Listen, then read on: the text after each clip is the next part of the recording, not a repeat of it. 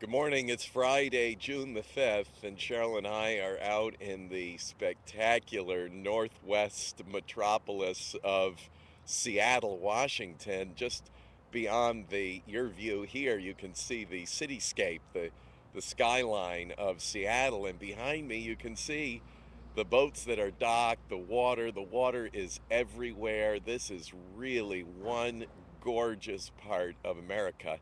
We're out here because Cheryl will soon undertake a new course of study for a new ministry that's actually been in development for her over the last, nearly 10 years. And it's a highly specialized ministry to women who have histories of abuse. And there's one school in the country that offers this kind of training with a Christian foundation, and it's the Mars Hill Graduate School here in Seattle. She will start that course in September. The last 2 years, she'll be bouncing back and forth, as I will with her, back and forth across the continent from one Washington to another.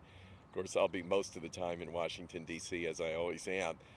This has been quite the week, and we're kind of on a quasi vacation here, so I'm not doing a lot of work. I'm taking a much needed Sabbath. Thank you very much, dear Lord, for giving us the seventh day, and in this case, three of them. I'm taking 3 days down.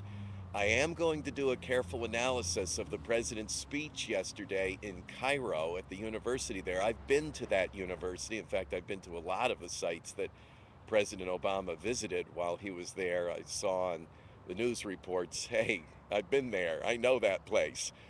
So I know the landscape in Cairo. In fact, we've done quite a bit of ministry over the years in Cairo. Operation Serve International, which is a huge part of my life and part of my history of ministry, is very active in Cairo. That's the ministry that deploys volunteer medical, dental, and other healthcare professionals, as well as, of course, Christian ministry, evangelism teams, and so forth, to the poorest of the poor in the world.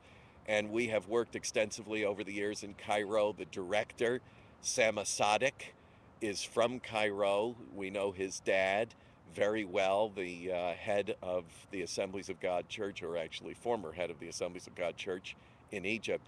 So we have lots of connections there. I have an appreciation for the venue where the president gave that historic speech, and it was in every way. Now, I don't agree with all of the propositions he made in that speech, but I do think it was historic. I think there were some very good elements to it.